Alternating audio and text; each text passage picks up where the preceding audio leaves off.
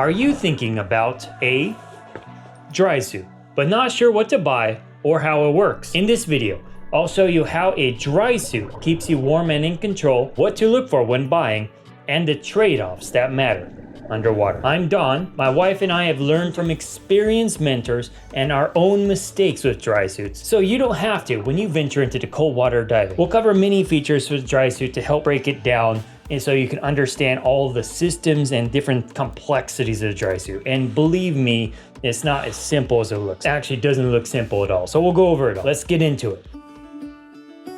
Let's start with what a Drysuit is, and when you need it over its cheaper cousin, the wetsuit. Understanding how wetsuit works is a good primer. So my wetsuit video pairs well with this one. Check it out here, I think. Or here, either way. But to brush on an important feature of a wetsuit is that it slows water exchange across your skin so your body can warm a thin layer of water that conducts heat. And remember, water conducts heat 25 times faster than air. In warm water, a wetsuit can be enough because you lose heat slowly enough to stay comfortable and alert. In colder water, your body keeps replacing warmed water with cold water, and the heat loss becomes a losing battle as dive time increases. A Drysuit envelopes you in a waterproof shell, so your body stays dry and surrounded by gas, which is far easier to warm than water. And by gas, I should let you know that normally it's common to use air, but you might use whatever nitrox mixes in your tank. And if you want an even better gas to conduct heat in your suit, you can also choose argon, but that is not a breathable gas, so it's only for your Drysuit. But that's generally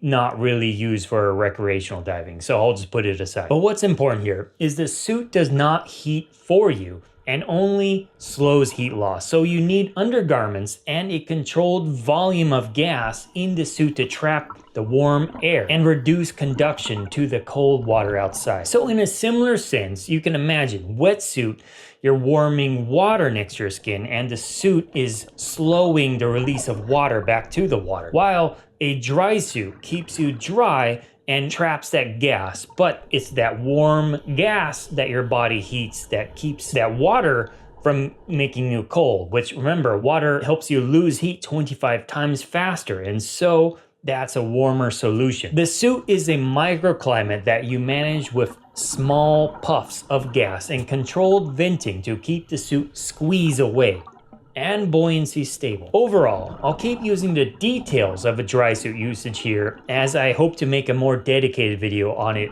down the road. So be sure to subscribe to see it when it comes out. And honestly, if I went into operating usage, this video would be too long. So I'm gonna keep it purely on, what to look for in a Drysuit. But in short, just so you have an idea, you vent gas through the shoulder dump valve to keep the suit from getting too buoyant as you ascend. The standard for the exhaust valve is on the left shoulder, and the knob adjusts how easily it is to auto dump, and you can also press on the valve to allow air to dump on demand, if you have it all the way closed especially. At the center of the chest, you'll have the inflator for your Drysuit, which allows you to add gas to the suit for warmth and to relieve the Drysuit squeeze from the pressure as you're descending. But back to the question, when do you switch to a Drysuit? Anytime comfort, control, or safety in colder conditions matters to you consistently. If you dive locally in water that leaves you cold after an hour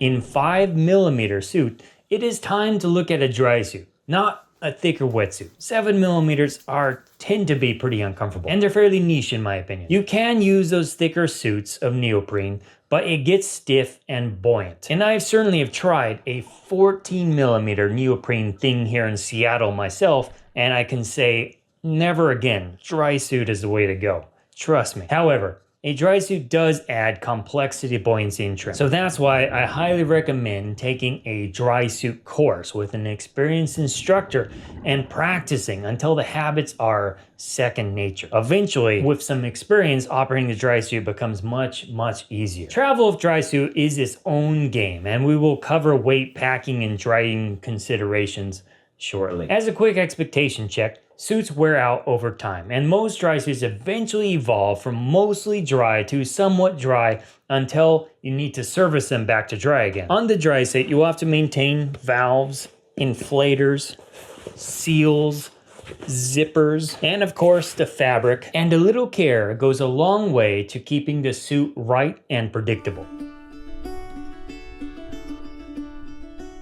Let's look at the main types of dry suits you will see on the rack and what they mean for you diving. Neoprene dry suits are made from compressed or crushed neoprene that is waterproof, and they are a bit heavier, durable to scrapes, and some built-in heat insulation that the thicker neoprene provides by default, so you need less undergarments under them to stay warm. They tend to be less flexible and bulkier, kind of like your 7mm neoprene suit. And as neoprene compresses with depth, it loses buoyancy and some insulation, so the feel of the suit changes the deeper you go and expands again on ascent. That compression and re-expansion cycle is manageable with practice, but it is something you should expect and plan for in terms of weighting and ascent venting. These suits tend to be more positively buoyant, so you have to pack a little bit more lead in the same case as a wetsuit, a thick wetsuit. And they are generally more durable, but also harder to repair if and when they break. Then you have the other major type,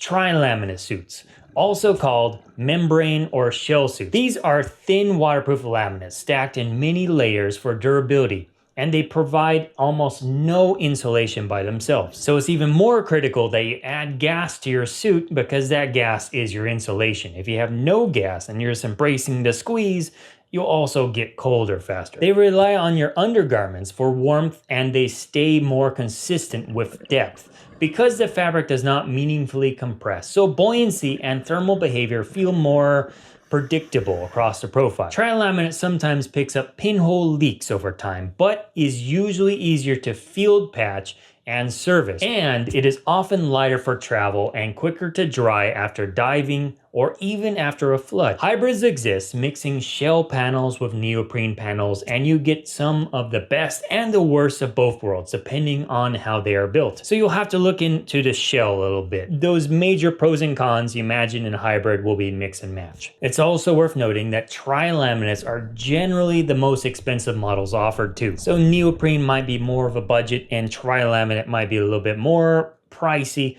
and you'll probably cry a little bit more if you break something on it. But remember, tri-laminate is also easier to field repair versus the neoprene suit. So there is no perfect, there's a catch-22 of both. But which one should you choose? If you are rough on gear, do a lot of shore entries over barnacle-covered rocks, and want built-in warmth for short and moderate dives, neoprene can have a very strong value. If you travel a lot, want consistent behavior with depth, and plan to tune warmth with layers underneath your suit to match different seasons, tri-laminate can be a better offer. It'd be great if you can try both out when you're taking your dry suit certification course, or at least put them on and try them at the store and see how they feel. Because comfort, freedom of movement, and how suit rides on your frame vary a lot from diver to diver. And I've asked experienced divers about this question before, and ultimately there's pros and cons to both. There is no best. It is best to optimize for your needs. Next, let's look at the boot choice for your dry suit. Integrated rock boots are attached to the suit, and you cannot forget them, but they add weight and make drying harder after a flood because you cannot just turn the suit fully inside out. And that's one nice feature of not having built-in boots, which are called socks. This isn't a sock, this is a rock boot. Socks on the suit require separate boots or sturdy sneakers that you can choose. They can overall be lighter to travel with and easier to dry, and you can wear the shoes on the plane to save baggage weight. That's kind of a nice perk. On the flip side, make sure you don't forget those shoes, or you might have to get a little creative. It's one more thing to potentially forget, so something to consider. Rock boots feel simple on sight and are one less item to pack, and socks plus separate boots are flexible and travel friendly. And neither is objectively better, and everyone will have their own preferences.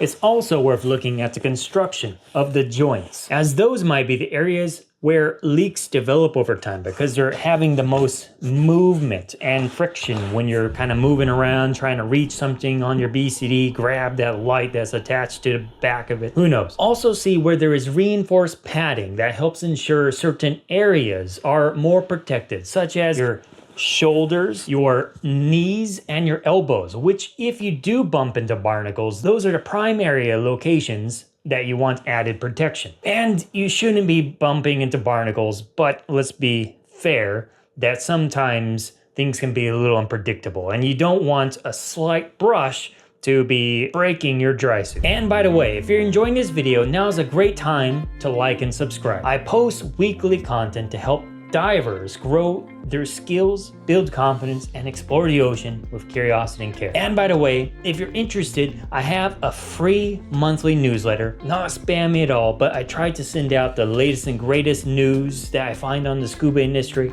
along with some learnings that I might share in the email. I'm definitely open to feedback, and I appreciate you for subscribing. Okay, now that we got some big suit pieces out of the way, let's look at some of the critical but finer details of the suit, starting with these seals that keep your dry suit from becoming a wetsuit. And the three common materials are neoprene, latex, and silicone. These seals are located on your wrists and your neck, so 3 points in total, 2 wrists and 1 neck. Let's first talk about neoprene seals. It's tough and comfortable when sized right, usually warm on the skin, and replacement typically requires a shop, which trades field convenience for lifelong service. But the thing is, there's always fine print. Some people will find that neoprene is a little uncomfortable, and potentially when you move your neck around, like to look at your buddy or to look at the turtle that's behind you, you might find the neoprene just doesn't hug your neck or your wrists enough and might let a little bit of water in. You won't be flooding, but you'll feel a little bit of water enter your suit, which might make you a little cold. The solution to that is move your neck back. So neoprene is often preferred on the neck because of its durability, especially if your dry suit does not allow for a changeable neck seal. So we'll get into that shortly, but some dry suits allow a changeable neck seal. And you kind of see this on mine. Mine has a changeable neck seal. So I can change my own neck seal, and you'll generally see this as a big old ring around the neck. And so if you don't see that, it's probably not a changeable neck seal, at least not easily. A shop can definitely change it, and maybe you can too if you're super handy, but usually not easy at least. And so if you don't have a changeable neck seal, neoprene could be a good option because it's more durable than latex and silicone, with the caveats mentioned. So next we'll talk about latex. It's another option that is stretchy, seals well, and is affordable, but it degrades fastest from sun, ozone, and age. So protect it from UV, scented sprays, and the heat when you store and travel. Some might be allergic to it as well, so you might have an easy thing to mark off your list. So we'll talk about silicone next, which is basically what I use for my wrist seals and my neck. It's hypoallergenic, which means that you won't have allergies to it. It stays firm and resists UV damage and ozone better than latex. And with a ring system, it is very easy to replace. In field, if you nick a wrist or neck with your nails or who knows, with something, they're easier to break than you think, but you have to baby these things. So a small pro tip, the thing to prevent breaking them in is tucking them in so that they're protected inside the suit. And cut those nails. It's worth noting that wrist seals are changeable, so be sure to keep some extra wrist seals in your Save a Dive kit for when you might get a small tear on it. Neck seals are optionally replaceable based on if you have that ring. But let's talk about this ring for a second, because it seems like it has a lot of upsides, being that you can replace your own seal. You're on a trip, you bust your neck seal. Oh no, that's critical to the suit. You can't go diving without a neck seal. And so what do you do? Well, with this thing, you can change it yourself, but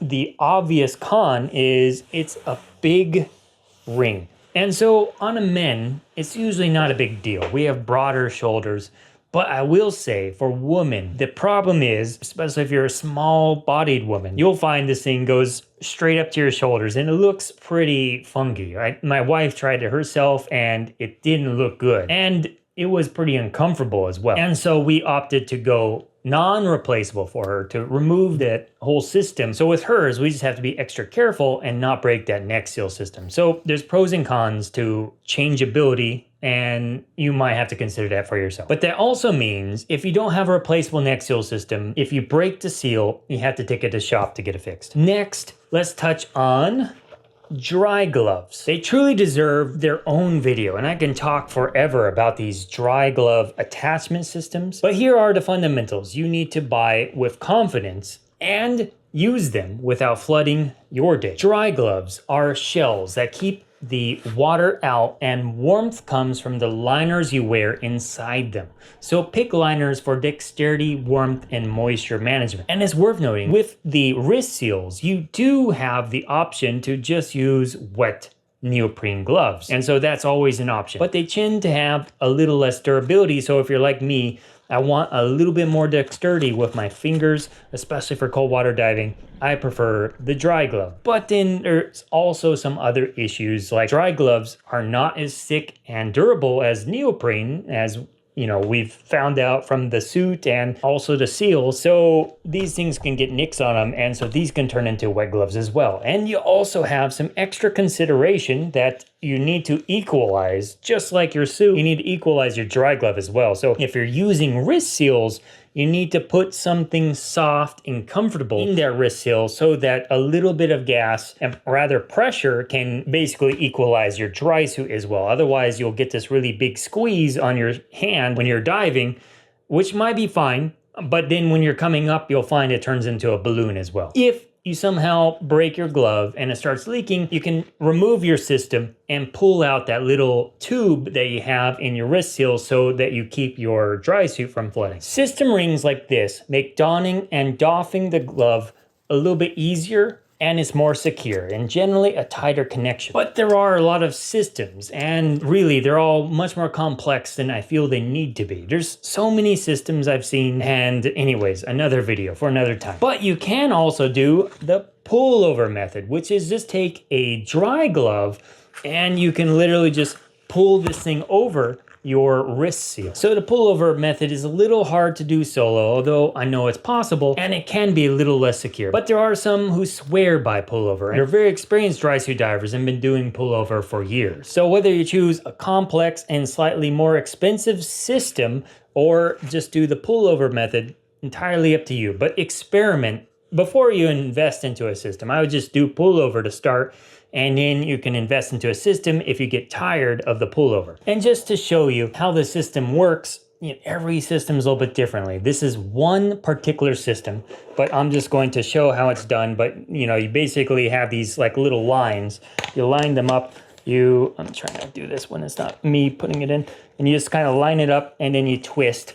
And basically you're ready to dive at this point. So it's pretty easy to put on and pretty hard to mess up. But to get this all assembled, it's a little bit more complicated than you would think. But anyways, once you have it set up, it works pretty well. Another video for another time. But like I said, pullover works too, which I'm not gonna attempt to do right here in front of the camera. If you are gonna go with dry gloves, you want kind of a thin, dexterous liner. Like basically, it's almost like something you would wash dishes with or do some yard work with. They are a little bit more industrial than just dish gloves, but I have heard some freezer gloves or some really industrial dishwashing gloves can work. So you can actually buy some pretty cheap gloves. But generally, I'd highly recommend just going to like the fisherman market. And like I'm talking about commercial fishing, and they generally have a whole bunch of these types of gloves for fishermen, and they work perfect for diving. As mentioned, you want thin and dexterous. And so if you're looking for dexterity, otherwise you just use a wet glove, right? And so you have some options and try them out. Try a whole bunch on at the shop and find the ones that fit your hands the most. Generally,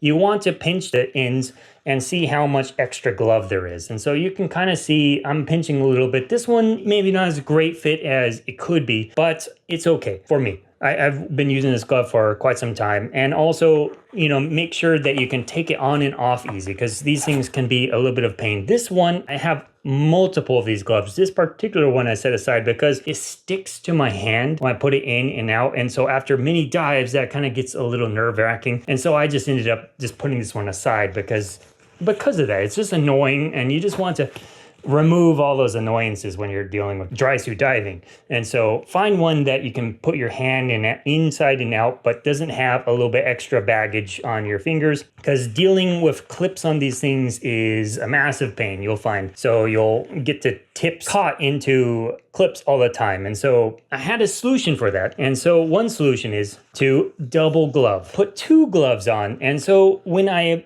get one glove caught in a clip and it tears, usually I have the inner layer not taking the clip damage and is perfectly sturdy. But also it'll depend on if the gloves fit. You can experiment and see if that works for you. Some people might not like the less dexterity, so experiment with it. One thing I'll also add is check the thickness of the glove, because this particular orange glove is super easy to break. I feel like if I look at it wrong, it's probably going to tear a hole in it. So these ones are particularly delicate, but they're great for hand signs. And so generally, I picked this one for me. It works well for an external glove. So if I double glove, I'll put this one on the outside so you can see my hand signs. Black gloves are not great for hand signs. And sometimes it's kind of nice to have this porousness. I don't know what the right word is, but they're a little bit grippy. And so this one is not grippy at all. It just kind of slides, and I can just see myself easily taking a clip off and then just seeing it drop into the blue with this thing.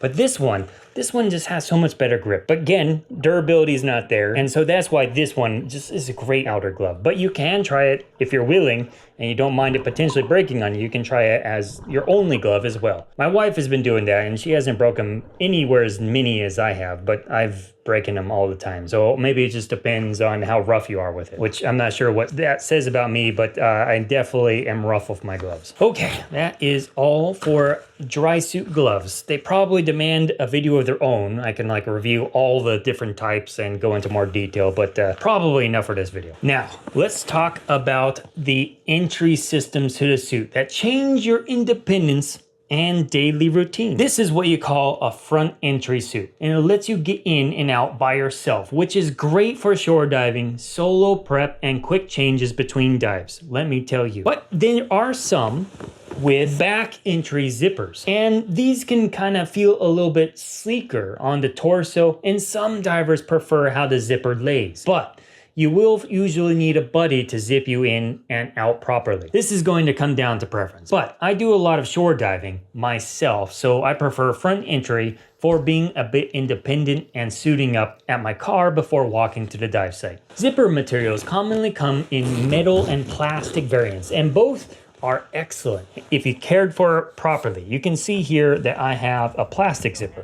Brass zippers are extremely durable and can feel stiffer and heavier. And plastic tooth zippers are lighter, more flexible, and resistant to corrosion. Both require care, and the most common failures are forcing a zipper jam, zipping off angle, letting grit accumulate in the teeth, or zipping them unwaxed and dry. The unmaintained zipper that chews itself up. Clean the zipper gently and keep it free of debris, and follow manufacturer's lube guidance rather than guessing with random waxes that attract sand, and you'll maximize the lifetime of that zipper. You will love or hate your zipper over time, so take some time to just get into different suits and zip them up and see how they feel. If you're not liking it at the store when it's probably pre-lubed, then it's not gonna get any easier with a little bit of wear and tear. If you're finding it hard to zip or resistant because the suit is a bit too snug, it's good to get something a little bit bigger, as that will stress the zipper over time as you're moving around in it. You don't want any additional stress on that zipper. Oh, and one small tip that I forgot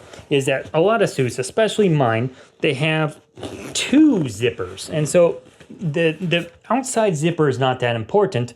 It's more of protection for the inside zipper. This zipper is super critical. So I particularly like this feature, and this is the outside zipper, especially when you're dry suit diving, maybe the BCD straps kind of rub, or you have some ring that's close to the zipper. You know, these zippers just protect the internal zipper, the one that's important, a lot from wear and tear, and also potentially sand debris from getting into the little teeth. So it's just kind of a nice feature. Not all suits will have it, but something to consider. Of course, it's not important at all for back entries, since your BCD will be there and you're not worrying about that as much. Then there is the inflator, which is the swivel valve on the chest that accepts a low pressure, quick connector hose from your regulator, and that little swivel helps you route the hose where you think that it's best suited. Ensure you don't kink your hose. Your dump valve, as mentioned earlier, is on the left shoulder. And generally, most of these valves will have an auto vent on it so that you can basically just lift your arm and allow it to vent on demand during your dive. You can also close it so it doesn't auto dump, and which means the only way it'll dump is if you push on it. Old valves might not have the auto dump. So if you're buying used, if you really want the auto dump feature, double check that this valve will spin to open or close to show that's auto dump. And some suits allow you to customize where your dump valve sits, being more towards the back, side, or front. You can kind of see mine is a little bit more towards the side. Well, maybe front side. But the most important thing is that you can reach it without struggle and a quick tap there to release gas from the suit. But ultimately, the position affects how easy gas is to escape when you have the auto valve open, and when you're in trim, ideally, it should not be easy unless you lift your arm. So the position should be kind of in consider of when you're in trim, that you're gonna raise your arm, and it should be the highest position on your arm as you're raising it. So if it's too far forward or too far backward, you can kind of see it's an awkward position, and maybe just means that you have to hold your arm, maybe you're doing some kind of flex maneuver, but you have to kind of consider the position that that valve is,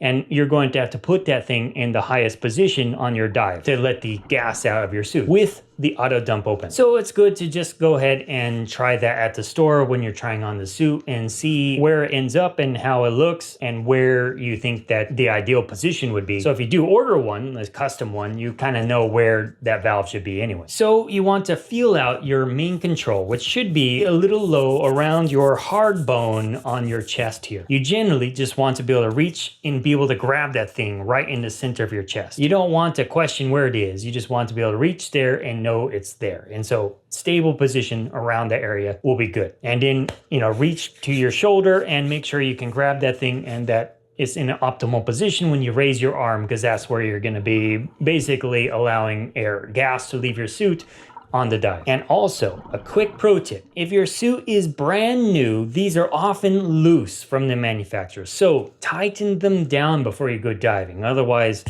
it's going to be a really bad maiden voyage with your suit. Okay, now let's talk about layering and staying warm without overdoing. There are times where I've gone in just sweatpants and a sweatshirt, and while that could work when it's a little bit warmer, it's not optimal. And the positive buoyancy is horrible. So when I first started looking at layering, I was considering options like, oh, I have a lot of mountaineering gear, I can just use the insulation there. But no, not all of it's great, especially if it gets wet. The thermal properties go out the window, and so those small little leaks could actually make you very cold. And some layers lose a lot of their thermal capability with a little bit of compression. So you have to make sure you have a lot of gas in there, otherwise you're losing all your heating capability. So let's talk about correct layering. You generally want to start off with a good wicking base layer that can be exercise clothes or something like this, including your bottom as well. The main thing is you want to whisk moisture away from your skin, especially when you're first getting suited up. You might be getting hot in your dry suit, and so any moisture left in next to your skin is going to really cool off very quickly once you get into water. So ideally, it moves all that moisture away from your skin and into your outer layer as much as possible to keep that moisture away, because you want it to be fairly dry as possible anyway. But it should be comfortable and fairly thin. And it's good to note that cotton is always a bad choice for a base layer. And for socks, a good choice is wool, and wool does well, and you can even double them up if you're going to be in colder conditions. Test the combination with actual boots on so you can still know that it's going to fit in your dry suit and be comfortable. Now, talking more about that layer that's going to go on top of your base layer, you can literally wear anything. Going back to sweatpants and sweatshirt, but you will find certain things have different buoyancy characteristics and are more desirable for an undergarment. And if you're on the budget, I understand, and totally making do with things that you have. But ideally, and I can speak to myself, eventually you'll want something that has normalized buoyancy characteristics that you can know for sure and distributes that buoyancy throughout your whole body, provides adequate warmth even when wet, and is fairly comfortable to wear while diving. And so what are your options? You have what you call a full undergarment suit that generally I just bring with my dry suit and I put on before I put on the dry suit. And you can see, it goes from my legs to my top. I enter, so it's like another suit. And it works well because it distributes that buoyancy throughout.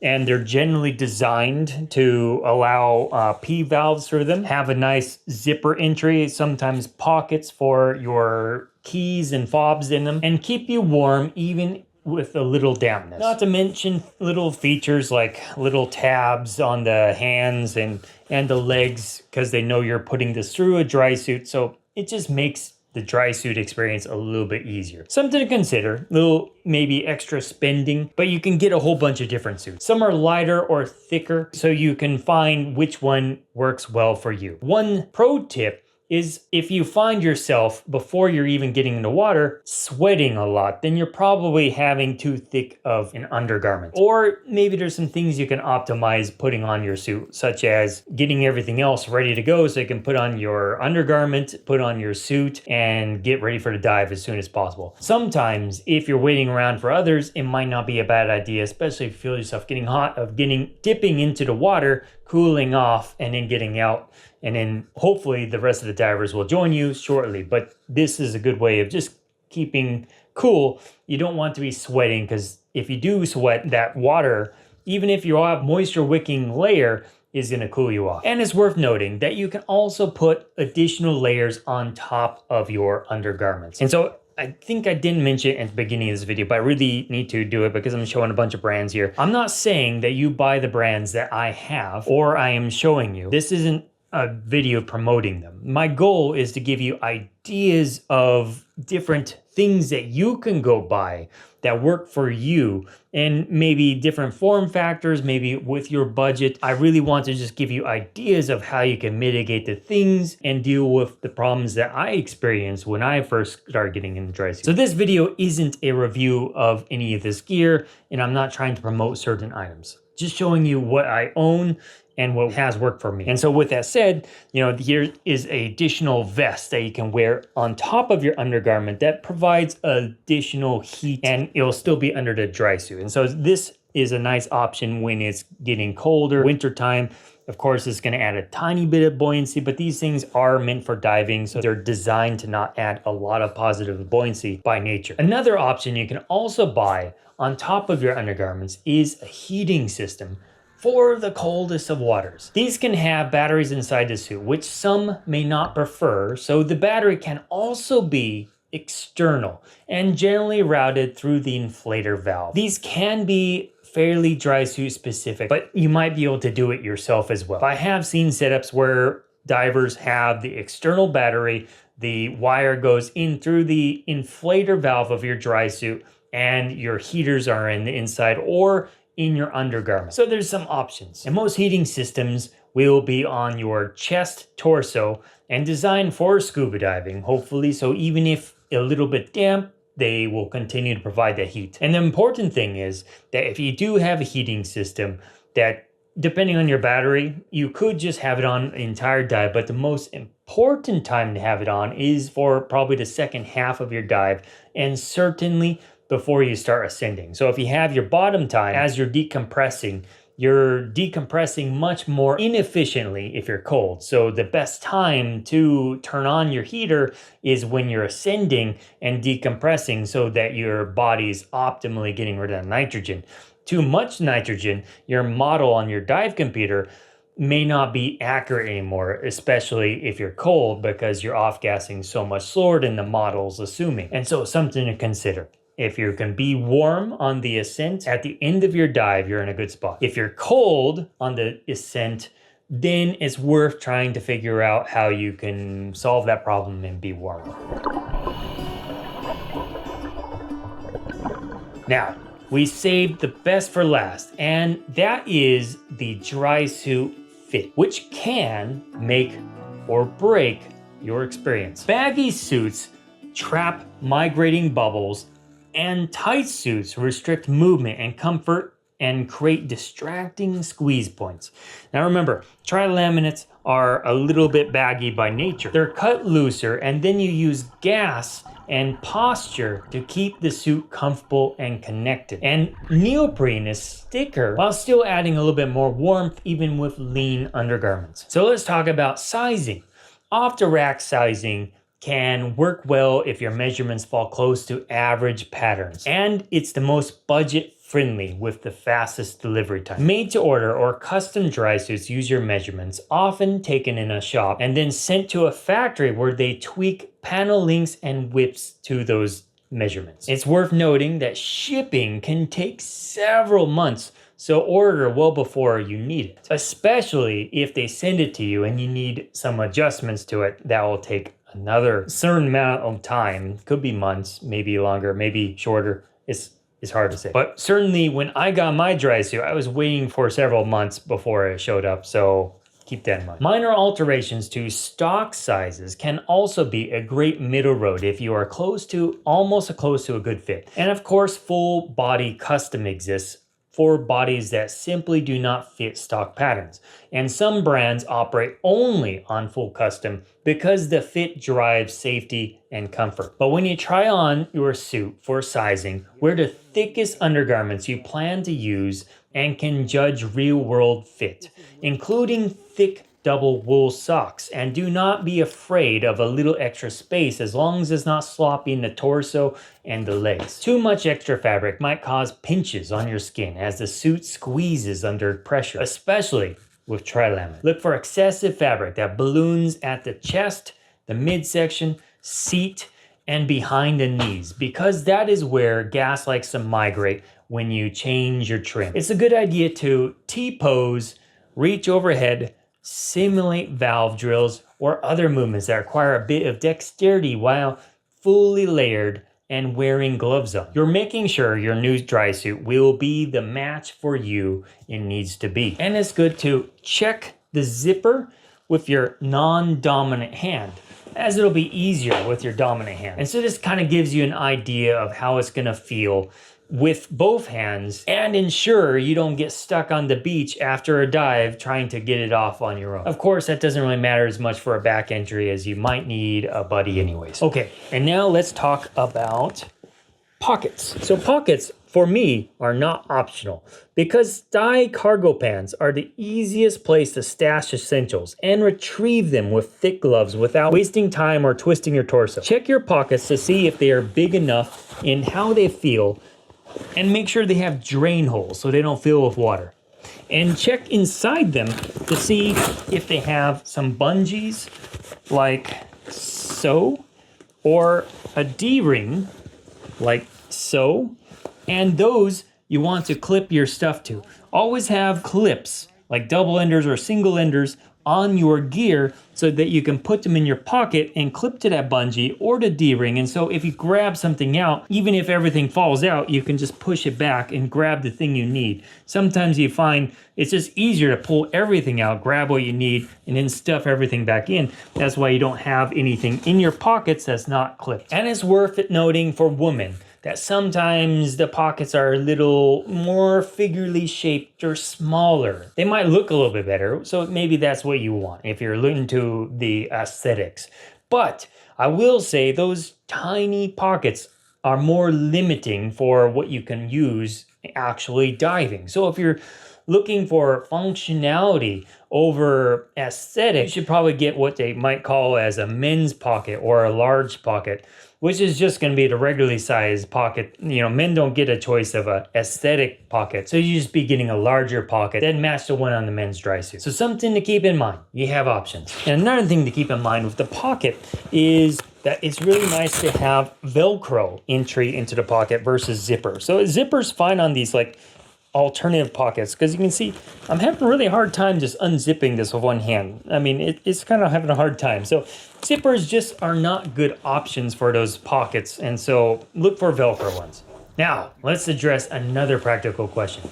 A lot of people tend to never admit to peeing in your wetsuit, but in a dry suit, you definitely cannot ever pee in your dry suit, or, you know, oh man, you're in for disaster. So you have to figure that out somehow. And so there are some solutions that we'll talk about that you can have for your dry suit. You can either buy your dry suit first and deal with not having one and then get it later, or you can get it at the same time you get your dry suit. But these are generally called P valves, and you can see them on the leg. It's usually the left leg, and there'll be a line internally that you will basically connect to. For men, I don't want YouTube to slam down and think this is inappropriate, but basically you're going to have what you would buy from a medical equipment store called a catheter condom, and you put that on and it has a little tube and it'll connect to that tube, and you have to be careful because some connectors will have on and off. Before you dive, always make sure that thing's on.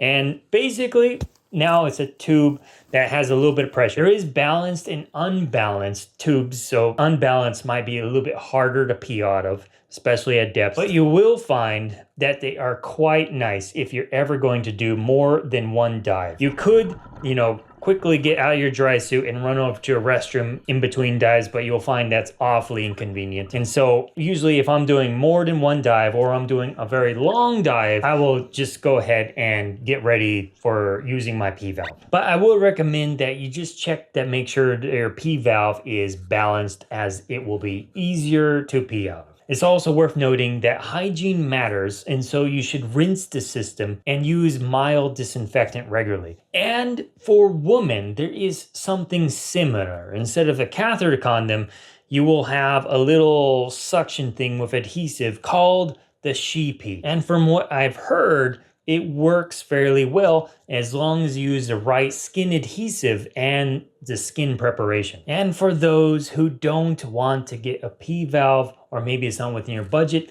the alternative is adult diapers. It's a workable backup for short dives, but they absorb much less than you'd think. And overfilling could be a disaster, especially considering that moisture can make you very cold on your dive, or could become a disaster if you need to climb a ladder or you need to go uneven. So diapers are a little bit delicate, if you will. And I never really got over the feeling of being an adult and wearing a diaper, at least not at my age. But you gotta do what you gotta do. And another feature I just wanted to point out is usually on the crotch, you'll find this extra strap that will go into the base of your t-shirt layer, I guess, of your dry suit. And this strap is called the telescoping strap. And so the goal of that is you can unclip it to basically make your pants a little bit extra long, and it makes putting on your dry suit easier. So some really prefer that, as it puts less stress on the dry suit, because when you need to put it on,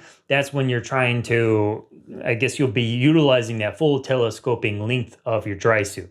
And so it's nice to pull it up after you're putting on so that you get rid of the extra fabric that you needed to pull it over. And it's also worth noting that the overalls that are going to be in your suit, you'll get used to these, and you'll put them on usually when you're putting your dry suit on, and you can tuck your arms into these and basically keep them in place while you're putting on your dry suit so that they're not dangling all over, especially the silicone wrist seals and such. So this is kind of a nice way of organizing your stuff while you're putting it on. So my point with this is just check them out and see what they're like, if you like them. There's different types of overalls that you'll find in different dry suits. And one neat thing that I found in some dry suits, mine doesn't have it, is sometimes they have a little pocket in there for your car keys or a key fob for your car. And that is really cool, just to have it on the chest area. So if you are looking into dry suit, I just can't say how nice it is to have a key fob right on your chest, because when you're zipping it up, it's just super accessible if you ever need it. Since mine don't have them, I usually put them in my undergarment layer in a pocket, but that certainly when I have the suit on is a lot harder to access. So just something to consider. These are small things, but they might be a big deal for you in terms of long-term comfort. And by the way, if you're using a key fob, make sure you wrap it with some plastic. So just in case your dry suit floods, you won't lose your key as well. By plastic, I mean a plastic bag like this. It could be just like a simple Ziploc bag, or it could be something a little more heavy duty. Okay, and the last thing to look for about suit fit is to feel the whole suit for pressure points.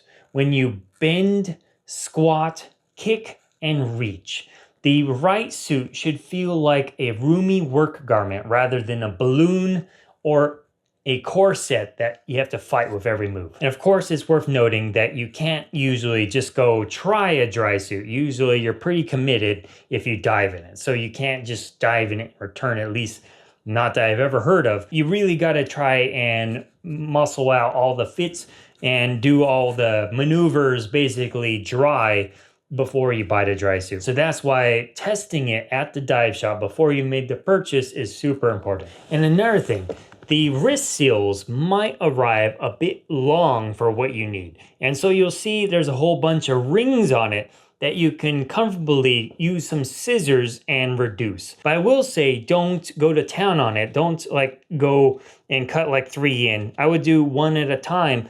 Try it out, because you can't add the material back. You're pretty committed when you cut these things. So just try it 1 at a time and find the right fit. For me, it was fine out of the box, so I just kept it. But for some, you might need to trim these down a little bit. And those rings are there for you to cut. Just be careful with how much you cut. Make sure the sleeve length actually fits your arms. You don't want it to go past your arms. So the sleeve length is also very important. So make sure you try it with your undergarments on. And this is a small thing, but it might be a big deal if you're trying to travel with your suit. But try and see how well it packs into a packable size. Like you will need to fit into a luggage at some point if you're planning on traveling with it. So it might be worth to see how hard that is to basically pack it. If you think you can't pack it reasonably without causing harm to the suit, don't do it. But it might be an indicator that maybe this isn't the suit for you if traveling is a big deal. So just keep that in mind. So ultimately, dry suits are truly a beast when you start looking into them.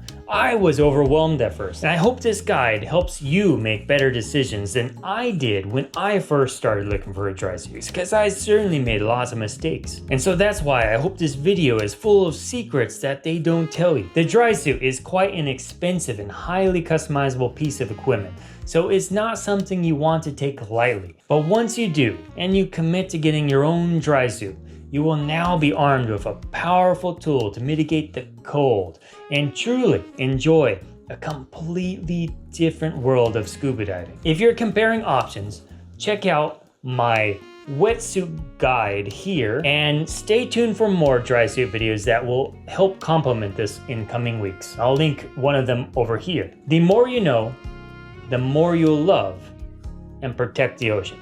Until next time.